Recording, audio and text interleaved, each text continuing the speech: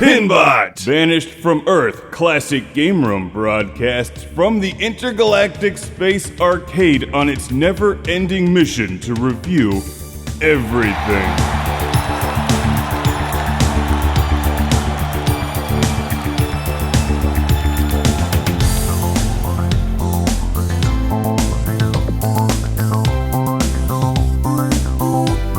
Welcome to Classic Game Room. We all know that Pinbot is a great pinball machine, but is it a good game on the NES? Let's find out. Originally released in 1986 from Williams, Pinbot is a pretty badass and ambitious pinball machine. And it must have sold pretty well to get its own game on the Nintendo Entertainment System in 1988. This is from Rare, which, as you know, means it's off to a good start. And this one is quite fascinating because a lot of the old school video game pinball games had a tough time recreating pinball. Because they couldn't get the physics right back then, and while this game doesn't do a great job with the physics either, it does do a good job converting a real-life physical pinball machine into an 8-bit video game pinball machine. Like I just made Pinbot angry. I like an angry Pinbot.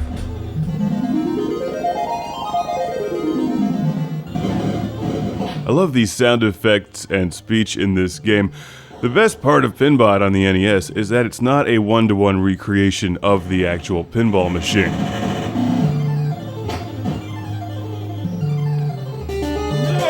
This is an early example of taking a pinball machine or taking the pinball machine concept and making it ridiculous. There's stuff in here that you could never see in a real-life physical pinball machine. Now, we're all pretty used to that now with fire and zombies and water effects in video game pinball games.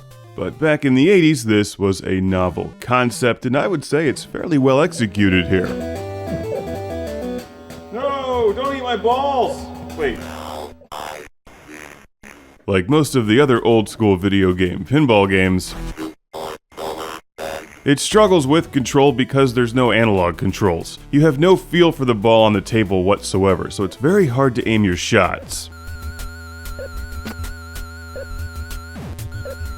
The left ramp there in particular is kind of weird since there's no real way to aim your shot at it. It gives you some leeway and kind of sucks the ball up onto the ramp if you get it nearby. I wasn't sure what I thought of the split playfield screen effect during gameplay, but after a while, I got used to it. Now we're on level 3, where instead of the monster eating the pinball in the middle of the playfield, there's another creature flying around, and the game nukes your flippers. I'll show you that in a moment.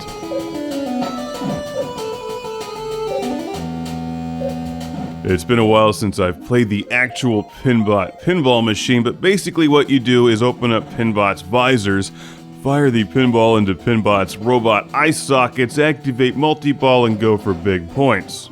If you do a few other things in there and hit the ramp, you'll progress to the next level.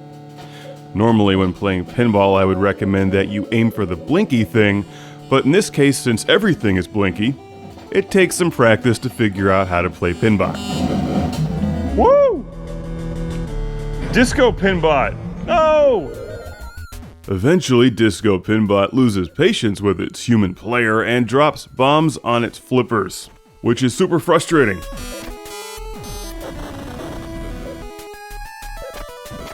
I'm not sure I've ever seen that effect before. It messes with your game a lot.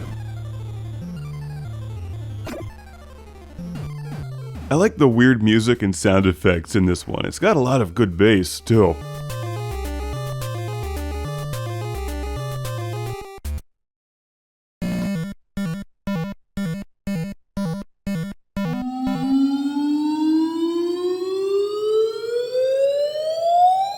This is a fun game on the NES. You don't need to be a fan of the original Pinbot pinball machine to enjoy this one, although it would probably help to have some familiarity with the machine.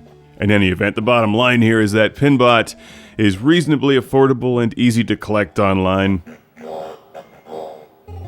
And I've got a classic game room shout out and thank you going to Neil from Decatur, Alabama.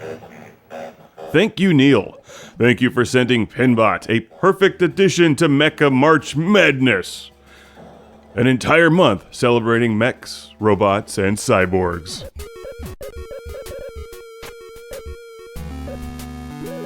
Good times, Pinbot.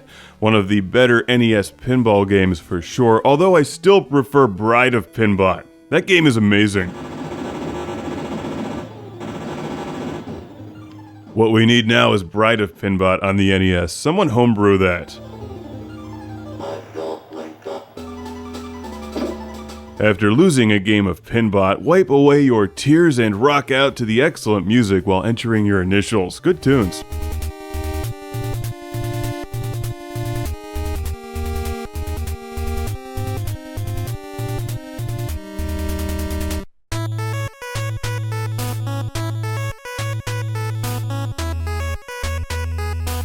Here's what's new this week at the Classic Game Room Patreon. Packaging reviews of Super Mario Maker and Naruto Shippuden Ultimate Ninja Storm 4. The Classic Game Room secret review of Star Wars Cheez-Its.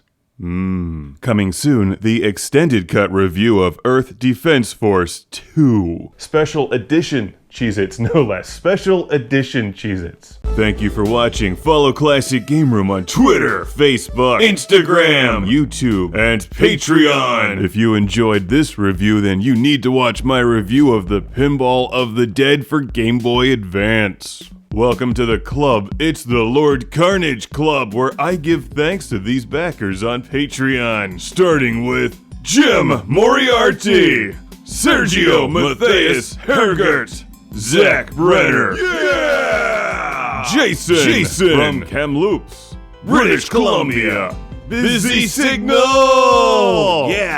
woo, Shadow Minion 4, Lord Carnage, Al Stiver, Sean Zoltek, nah, I'm just kidding, Sean Zoltek, Stephen Chucknick from New Jersey, Landon Ellerby, so Lando, Philip Straubenmuller of Vienna, Austria, Jack Stavros from Australia, Ohad Kane, Jeff Captain Dauntless, Briar, Rick DeBarros,